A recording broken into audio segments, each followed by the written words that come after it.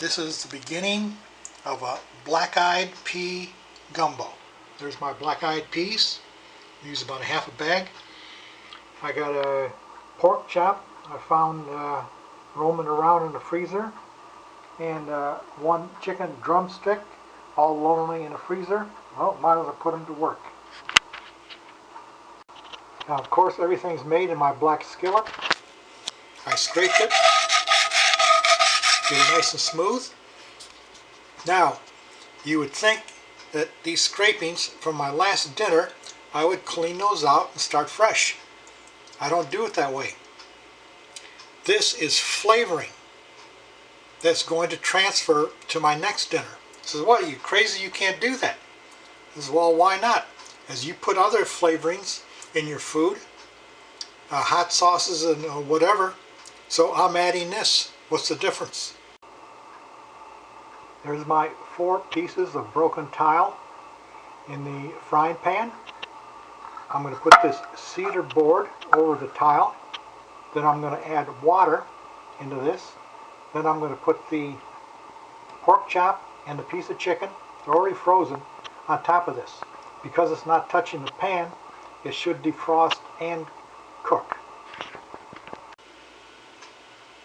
There's my chicken and pork chop on the board. I've got a couple of cups of water in there, and I'm going to cook it on low to medium heat and put my lid on top so steam will kind of roll around in there and cook it from the top, and check it every 15 minutes using my timer, of course.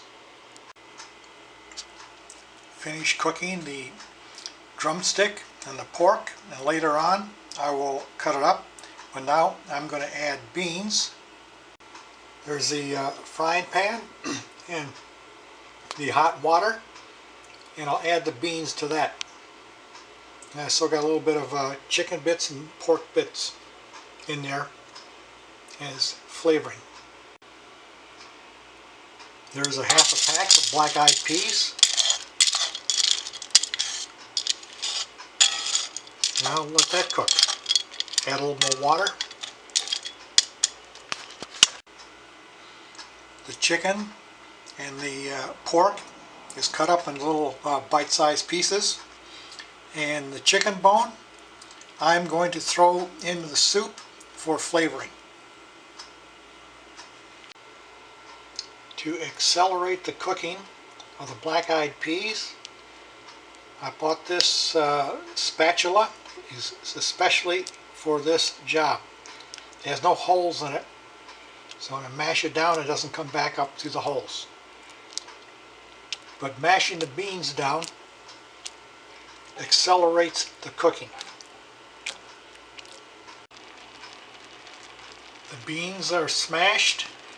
I threw in the chicken and the pork. I cut it up. I threw in the chicken bone for flavoring.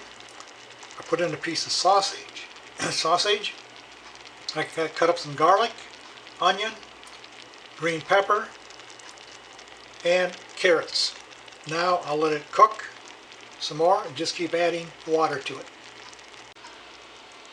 There it is, black-eyed pea gumbo with pork, carrots, chicken, sausage, onions, green pepper, garlic.